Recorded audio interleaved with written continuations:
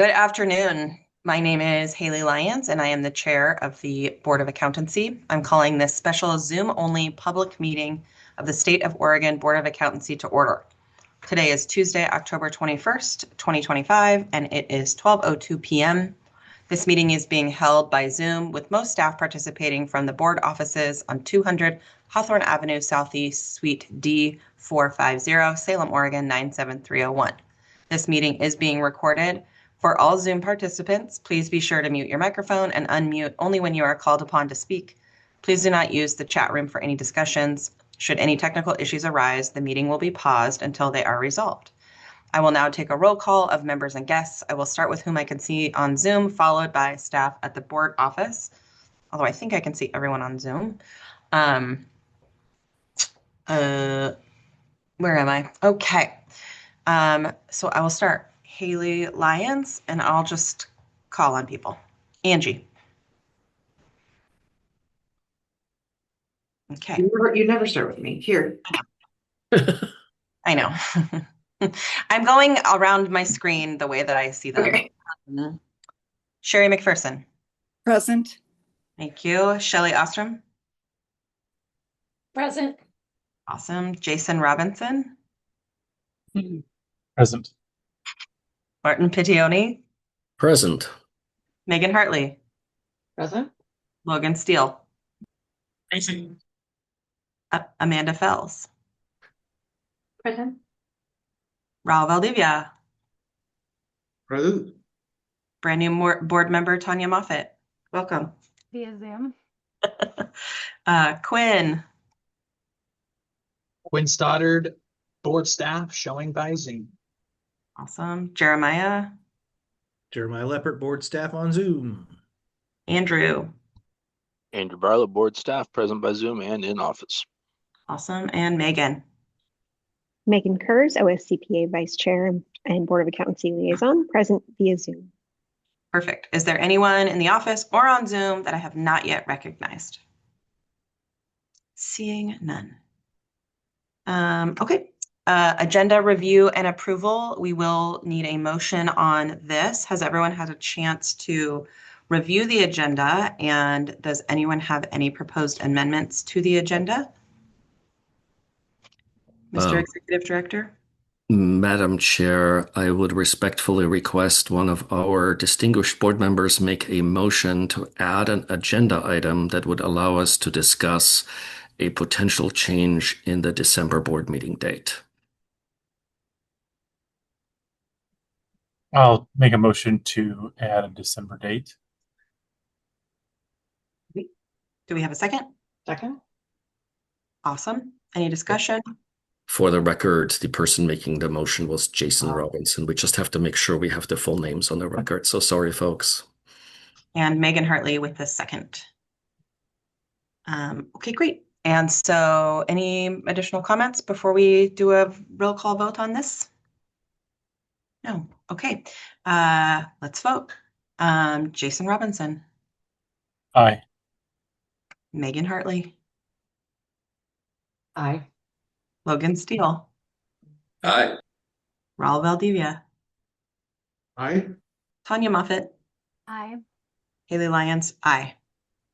Okay. So I would like to formally announce that Tanya has been appointed to the board. She has already voted on something.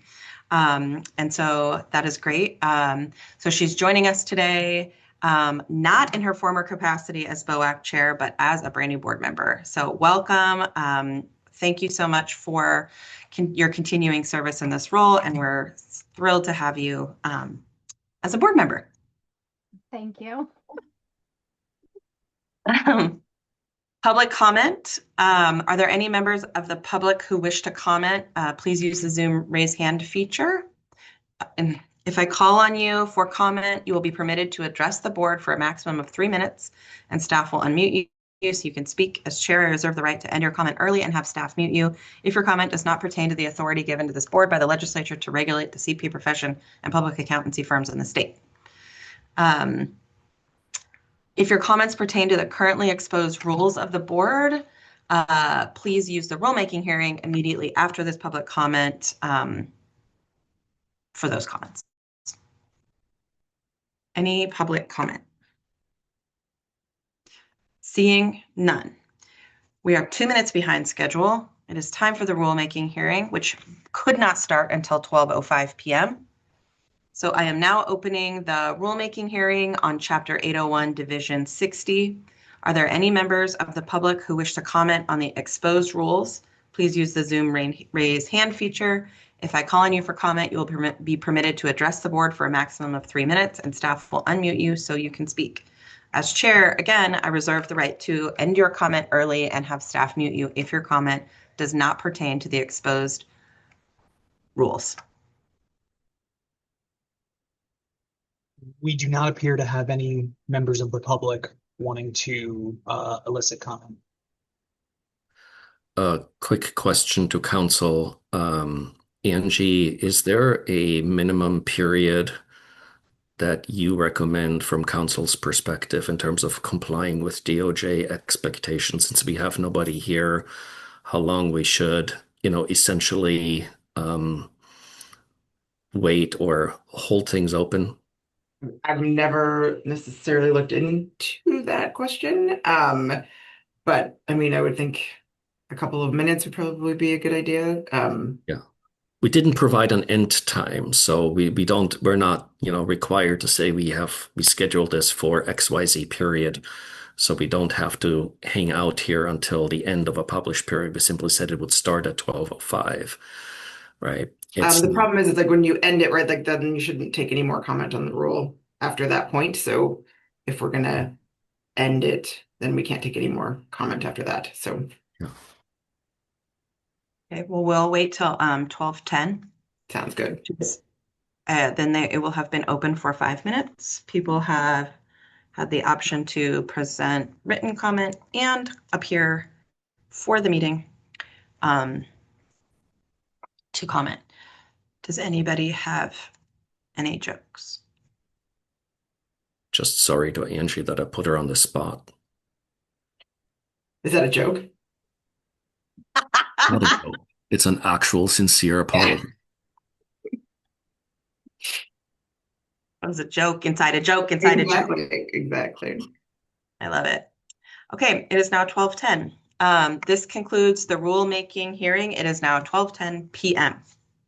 Thanks, everybody. New business. Martin can lead you through this. I wasn't supposed to say that, but it's on the agenda. So, yeah. Go ahead. all right, folks. First of all, I have to put Quinn a little bit on notice here. So here's what we have to do, and for some of you, this is probably Warren territory that you're already familiar with. Maybe not for others, right? But you may recall, since we just did a rulemaking hearing at the June board meeting, right, that there's always two components. There's the oral piece. Now we know we don't have any oral comments, and there's the written comment piece, right? So this morning I wrote an email to Quinn asking him if we had received any written comments up until this morning, right? And the answer to that was no. Quinn, would you mind quickly going and checking back in? Because technically, if any written comment was received between, I think it was 8:15 in the morning or so, when I asked that question and received that answer. Any comments, Quinn, that you can check on briefly, either on our website or in InfoBoa between 8:15 and 12:10 p.m. as of 1 minute ago, we also need to consider. So for us, this could become as simple as having no comments, either written or orally. I just need Quinn to confirm that briefly before we proceed. No comments. Okay, thank you, Quinn. So what that means, folks, is that for those of you who are fondly or not recalling our June board meeting, you recall that we stopped short of adopting the exposed rules on the grant agreement and only adopted the rules related to the CPE audit change, removing NASBA. So just to be really clear for the record, right, we filed essentially a permanent set of rules limited to removing NASBA from the CPE audit rules so that we can effectively do CPE audits at the staff level without requiring people to use the NASPA CPE audit service. I again want to state for the record that does not remove the option for any licensee who wants to continue using the CPE audit service. It's just not something that we mandate for purpose of going through a CPE audit, right? So that piece is closed, but we also received advice at that meeting to say, hey, the edits that we need to make to the Division 60 exposed rules, that the cleanest way for us was to essentially not proceed with adopting them at some time, but essentially re-expose the revised version. We've done that now. That is in your packets. You have the exact text in your board meeting packets of what essentially that re-exposure evolved. And we can now say in the formal record that you received no written or oral comments on that essentially updated exposure, re-exposure, right? Which means that it's now appropriate for us and for me to turn this back over to you, Haley, for any discussion that you may want to have on the on this revised pieces which reflect exactly what the board asked us to do on September 25 before we proceed to any kind of a formal consideration. This is on the rules, not the grant agreement. This is just the rules. That's at issue right now.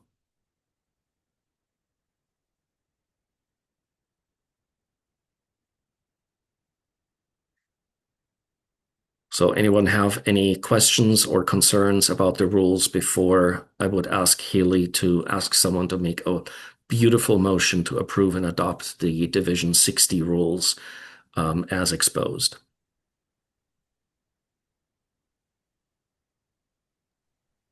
None for me.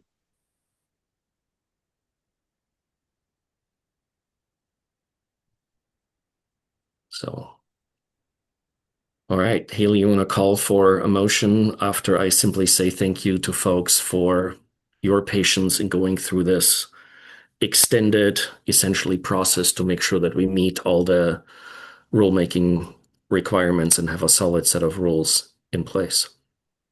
Yes, thank you. I am accepting motions, please, to approve and adopt the rules as presented. Jason Robinson, make a motion for acceptance of the OAR 801-60 division rules as presented. Steele, I second. Logan, any discussion? Okay, we're going to do a roll call vote. We'll go backwards. Tanya. Aye. Raul Valdivia. Aye. Logan Steele. That was an aye. Megan Hartley. Aye. Jason Robinson. Aye. Haley Lyons. Aye. There's like a tiny bit of a lag, Logan, when you come off mute. And so it's like cutting off the first part. And so when you make a second, it sounds fine. But when you just say aye, sometimes it's blanked out. That's why I repeated it. See, yes. Thank you. Sorry. Great. Motion passes. Thank you, everybody. Okay. We are on to old business. Is that right? So, Madam Chair, technically we added a new business items for the board yes, date, but if you don't mind, I mean, it's your call, but essentially you could simply choose to hold that new agenda item until we're through the other part, which is the grant agreement piece. But please all help me not forget that we really do need to discuss the December board meeting date. So yes, let's just do that now while we have it open. So we have a conflict on for the December. Well, do we would still have quorum for the December 4th board meeting if we are only missing one person? Is the intent to determine that we will have everybody else, or is the idea that we should try to find a different date? Well, it's really both, right? So the Okay. issue is Megan has had a conflict develop. You always try to have as many people there. So the issue is, should we, and I think so part of the issue is, do we have anyone else that has a conflict? Are we down one person? Right. I'm not sure, Tanya, if given the newness of your position, if anyone even yet has given you an opportunity to weigh in on December 4. Can we start with you for a minute, I Tanya? may Are you have a- around on December 4, or are you also in the same boat as Megan is of saying, hey, it would really help if we didn't do this on December 4? I'm in the same boat as Megan because I'm supposed to be flying to Washington, D.C. that day. I haven't bought my ticket yet, but it's usually an all-day flying to the East Coast. So Of course. Yeah. Okay, let's poke at some other potential dates for that. I think the original date was the 11th, but somebody had a conflict, it seems like on December 11th. Or I have made that up in my mind that somebody had a conflict. Yeah, I don't remember the specifics anymore. I think we started with the 11th, but we pulled it back, but I don't know whether it was it's a holiday. a conflict or It's a holiday? December All right. 11th. No, I have Oh, an OBOT meeting, a different board meeting.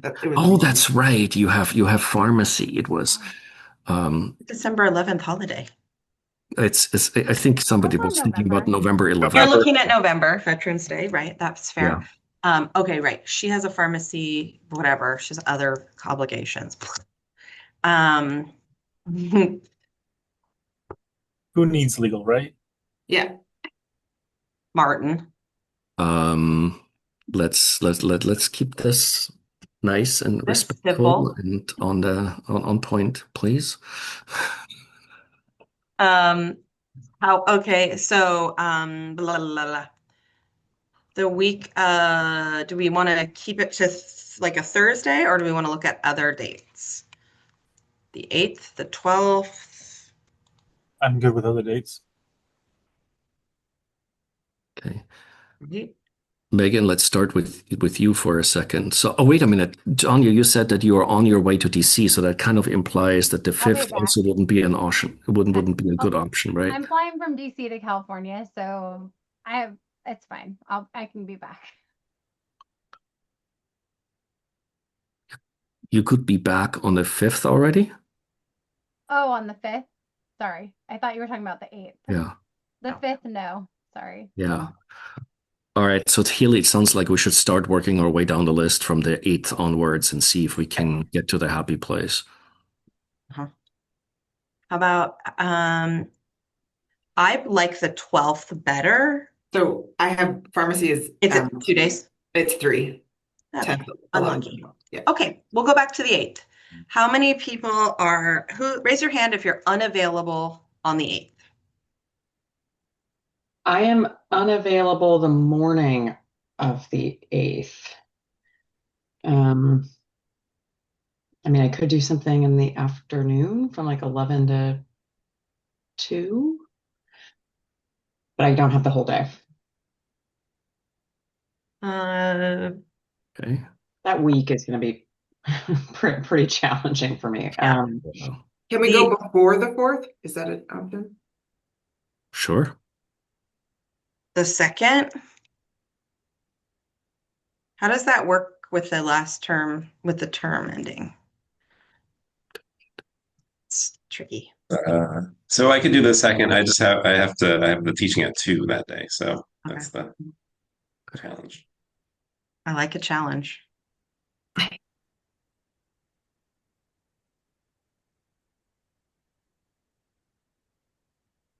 So is that the only issue that we have? Is that Logan has a hard stop? Megan's feeling guilty about saying she has another issue, but No. I was just trying to figure out. I just have to be somewhere Wednesday and Thursday. So I wanted to make sure that I didn't need to fly on Tuesday because I haven't bought my tickets yet. So I think I can do the 2nd. Okay. Would the 1st be better?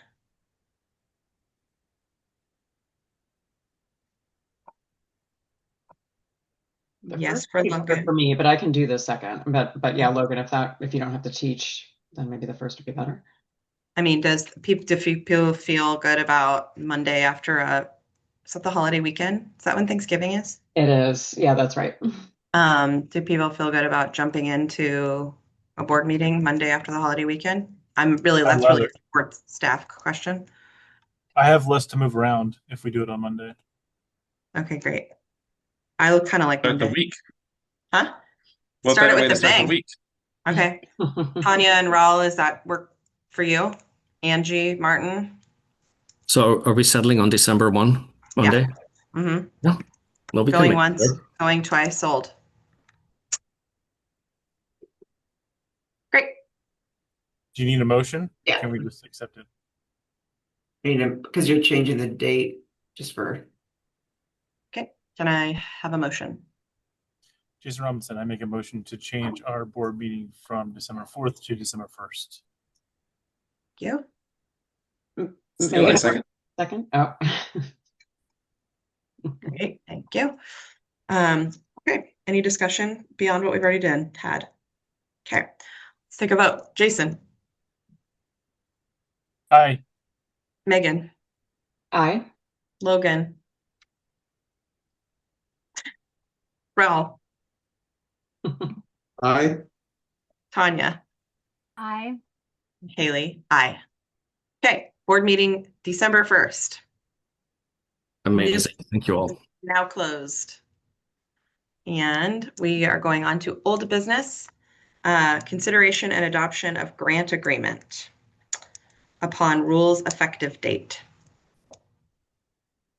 All right, folks. So I will simply say that I am very blessed. Should have said this under the rules part earlier, that Shelley went through her first, what I would call the professional equivalent of hazing, in the sense of having to learn under an enormous amount of time pressure how to file rules with the Secretary of State. So she and I had some fun with that. And she again stepped up, not just in a rules context, but because Haley was incredibly generous to give me 3 weeks away. And so Shelley really stepped up to handle the coordination of kind of like the final tweaks of all the pieces related to the grant agreement. Because as you recall from the September board meeting, we have to land two things at the same time. One is the rules, the other one is the grant agreement. We just landed the rules piece. Now it's time to land the grant agreement piece. And you do have that in your packets. That's our primary agenda item for today. And I did also, in addition to reviewing the email trails, reconfirm with Dr. Almer at PSU yesterday that all that work that was done between the last board meeting and today, since she cannot be here today, I wanted to just say that I did reach out to her yesterday and got a very clear double thumbs up on the document that is in your records. I'm deeply grateful for Shelley coordinating stuff. I know Sherry has also been very engaged in all of this. And I got a general green light. I know, Sherry, yesterday you raised one more thing on email with me. I have not forgotten about that, but I just want to say publicly, and I'm sorry I was not able to tell you this beforehand. It's been a bit of a crazy morning. But in essence, I have feedback from Elizabeth that we don't think we need to tinker further with the text of what it is that's in that packet today, which I just want to say this publicly as well. It's meant as a factual statement, not as pressure one way or the other, but we have this beautifully lined up because we're blessed to work with amazing people, that we have a board meeting now where hopefully we can get that grant agreement through. And at 4 p.m. today, the OSCPA Educational Foundation Board meets, and I will join that very briefly because that agreement is also the first agenda item for that meeting. So that's where we are. We're beautifully aligned. I don't know if Sherry or anyone or Shelley wants to talk for a second about what the polishing was about between the version that you saw in your September board packet and today. I will simply say only one comment is that I specifically asked before I left on vacation right after the board meeting that one of the issues that could really use some fleshing out, because the version that you saw in September was simply pretty silent on it.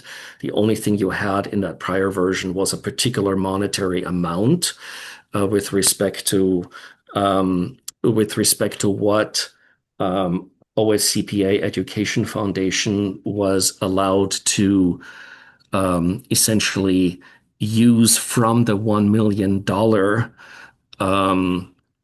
from the $1 million amount to put toward their administrative expenses. There was essentially just one small piece there under that version that you saw at the September 25 board meeting. And what was not explicit there, where there had been some discussion, but there was no explicit language, is to deal with the issue of, is there, shouldn't we have some explicit language in an agreement that explicitly allows OSCPA Educational Foundation to use some of the interest revenue that they're going to get from essentially partially investing that $1 million to help defray their expenses for administering this piece. And I thought it would be better to have this out there. And I know that that's one of the issues that was resolved. I kind of I don't want to speak for Sherry or for OSCPA, but my understanding is both from Dr. Ulmer's side as well from Sherry's side that issue was resolved and is updated in this version of the agreement. But with that, I'll stop and see if either Shelley or Sherry want to add anything that the board should know in terms of any other substantive topics that are high level enough that the board should know before or point to before we kind of get to the formal ask, the discussion and the adoption piece, potential adoption piece. Shelley, would you like me to chime in, or respectfully, would you prefer to? Okay, thank you. So thank you, everybody. It's been a very exciting time. Our Ed Foundation met on September 18th. And if you remember, the board met on September 18th too. And at that meeting, we walked through. Martin was kind enough to sit through that meeting, Elizabeth Ulmer as well, because we really wanted to have that full big perspective on things. There were some small things that came out. We went basically kind of paragraph by paragraph throughout. And so there was a place where we added the word accredited. There were, some small tweaks like that. Coming back through to, I worked with Melise and Shelley during Martin's time away. Before that, I was working with Martin. And we did have a question that came up at the Ed Foundation about the interest or investment income. Just reassuring the board too, we do have banking set up, so we'll be in a position that once the grant agreement is signed, that we will be able to be kind of standing ready for those next steps of money being able to be moved. We've set that up in just so you know, we've set that up in a separate account away from the other long-standing OSCPA Foundation's academic investment area and banking. And fees are very, very limited. I'd say no, but there's always could be a little change by that. But it was a question that came up, and so it was something that we worked through. We also, one portion I do want to make sure that you're comfortable with too, was under the Exhibit A. We did go back and just thinking through, and it is on page 14. We changed or edited the dates. So we moved the December 15th, which is the very top item, with input from the Board of Accountancy or its designee, and we were referencing the OAR. We moved that to December 31st, it's not material from the standpoint of making adjustments, but gives us a couple more, weeks, just because we're moving forward into this October timeframe and before we're in September. And then we also, in item A there, we did change that to March 31st. And what we're looking at there is just that interpretation of, how, when all of us are not necessarily in the room looking at this at another point, how it's not misinterpreted. And so that's in alignment with the other scholarship advance process for the society's OSCP or the OSCPA Ed Foundation. And what happens on that is basically things are open, applicants are applying, then there's selection, and then by March 31st yearly, those scholarships are done. So we put those into alignment with the entire process, just making sure that it was very clear and there was no confusion. Those scholarships then would be available for the fall term. And that's typical of our existing process, but also that's the intention for this as well. The other thing that we talked about was the fact that the scholarships would be available, not specifically, and this was conversation, it wasn't new at the board, at the Ed Foundation level, but not specifically only limited to CPA, but to the accounting profession. And so there's a place in there where we added in the word degree, but there's also certifications and other pieces in there. So the piece that I had that I had advanced to Martin was just making sure that, that connection of language that's elsewhere and the language in Exhibit A was very good. When it came back to the December 31st and that March 31st deadline, Shelley and I had reached out to Melise. Melise was like, that's really part of the agreement. It's not part of the overarching, so no worries on that. So I didn't expect any adjustments on some of these other pieces too. The other piece we put in addition to that, was just that kind of that call out, because we do have a scholarship selection platform, and what we have is in place right now. We're planning to utilize that, but we also put in accounting and scholarship platform, expenses, and would hope that those would be minimal over time, and also insurance, because just making sure that we have the appropriate insurance. We're well covered, but we did tighten that up also. So that is pretty complete.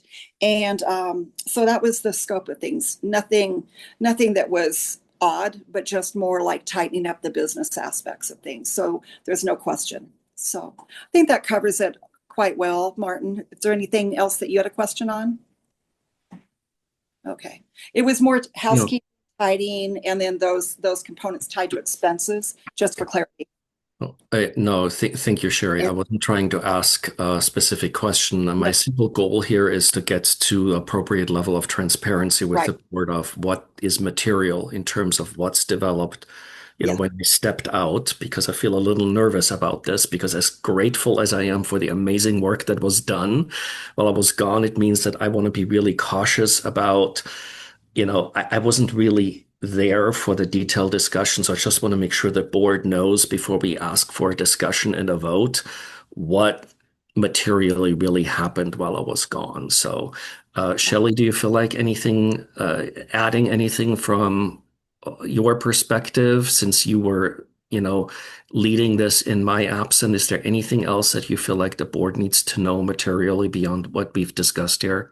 No, Sherry covered it. I think Sherry. And I just want to say for the public record, since this is a recorded meeting, that when Sherry referred to Melissa, I just wanted to specifically for clarity say that this is a reference to Melissa Cunningham, the DOJ specialty counsel, was deeply involved in the email trail in these updates. So I just want to say, without trying to speak for DOJ, but my impression from looking at the email trail is that there was very close involvement with DOJ counsel, including signing off on legal sufficiency of the document that you have in your packet.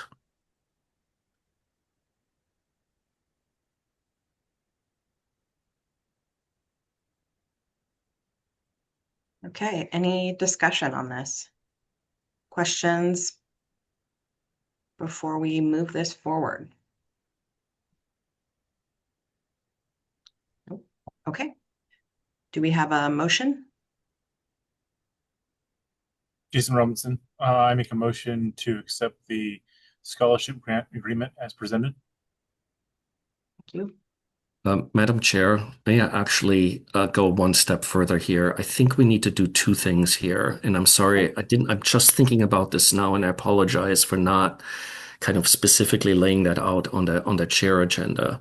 So I think what we're going to need is, number one, in that motion, I think we need to say as of that we essentially authorize staff to execute the grant agreement as of the effective date of the rule, because we can't do it sooner. And off the top of my head. Unfortunately, I don't know, Shelley, if you can quickly look in the packet, it should be on that document, what the rules effective date is of the rules that we just adopted. I forgot whether we tied it to October something or a effective date, or I can't remember.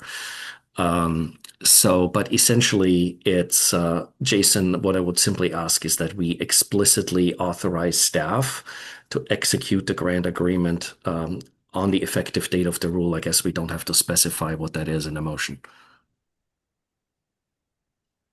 Jason Robinson. So moved.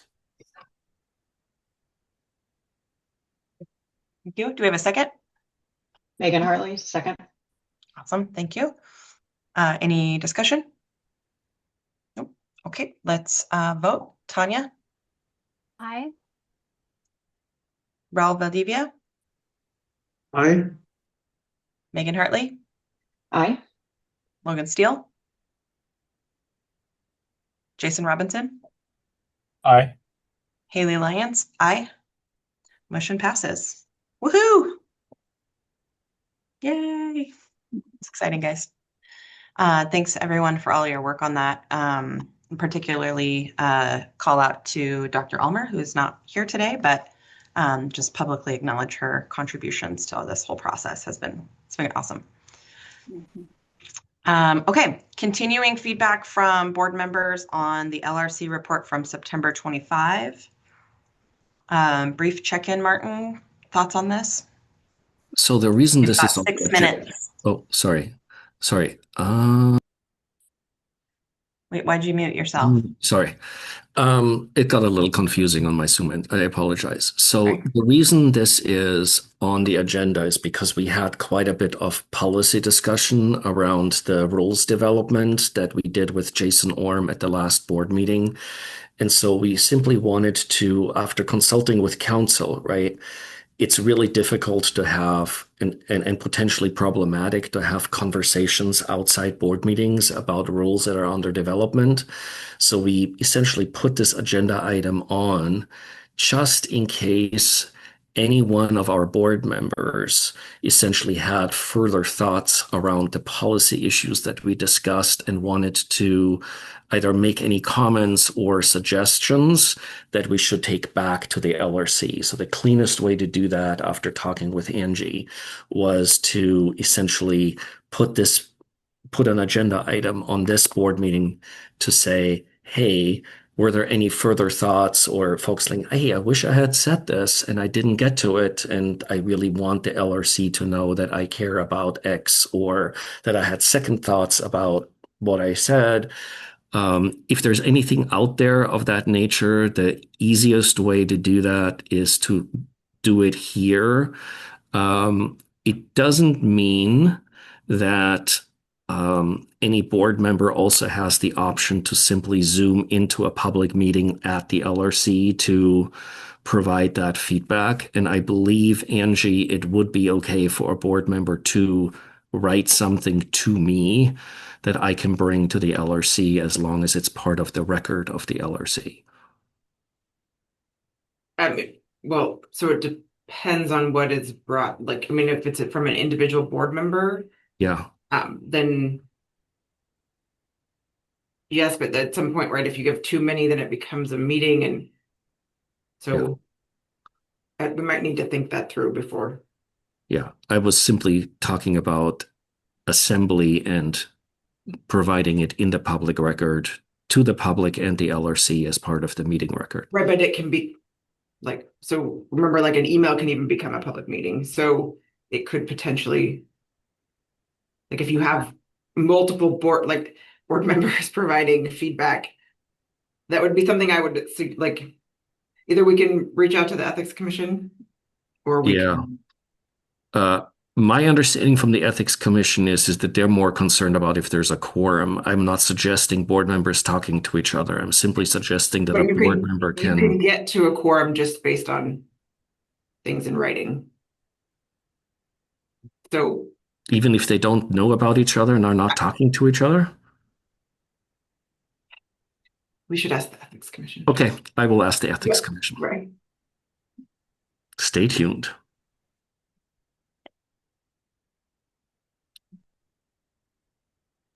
So in other words, you want us to speak up now if we have anything to say until we talk about Well, this is one of your opportunities other than other public meetings, which is either the LRC or, a future board meeting. And we just wanted to Well- test the water since we have a lot of policy issues that are out there. If there was anything that anybody was like dying to say that we should know before we get into the LRC process. Angie, would it be a public meeting if I show up to the LRC and then Logan shows up also? Once you hit a quorum, for sure, but then you have Okay. the issue with serial communications. So I would suggest anything around that becomes, a question for the Ethics Commission. So even a public meeting could be dangerous if a whole bunch of us had the day off and we just wanted to show up to LRC. Yes. Well, the public meeting is off the LRC. So the issue is any member of the public can show up at the LRC meeting and provide public comment, right? The issue is if we have a majority of the board, then I would have to notice that meeting differently because then it isn't just an LRC meeting, then it's also a board meeting, right? Which, by the way, it is actually beautiful that you asked that question, Jason. I just want to hug you right now. If you look at the very bottom of the agenda that was posted for today, right? It says next special board meeting, joint OSCPA OAIA board town hall, November 17. Why is that on there? It's exactly the same reason, right?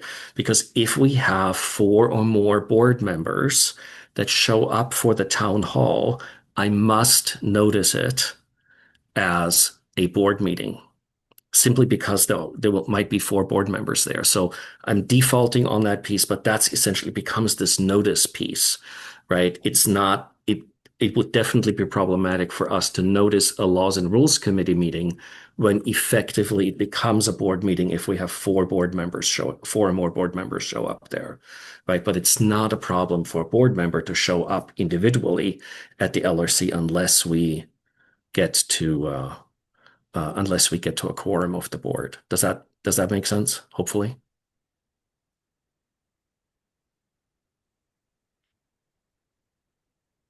Yep. So is that November 17th a mandatory meeting for us? No. It is not. I mean, if you're willing to, is a brief show of hands that folks are willing to provide saying, hey, I intend to show up so that I have an idea whether we're even close to quorum. Am I going to be there? Haley, was that you? Yeah. Okay. Haley. Tanya. Yeah. Okay, so I may not even have to notice it as a public meeting if we have 2. So if you change your mind about that meeting, let Martin know. Otherwise, don't come. Yeah. That Just way to- I can on the safe notice side. it appropriately. Okay. And Haley, you're already registered, so I'll Okay, register good. Tanya if that would be helpful. She can register herself. She Okay. says. I can register myself. Okay. Thank you. Thanks, Sherry.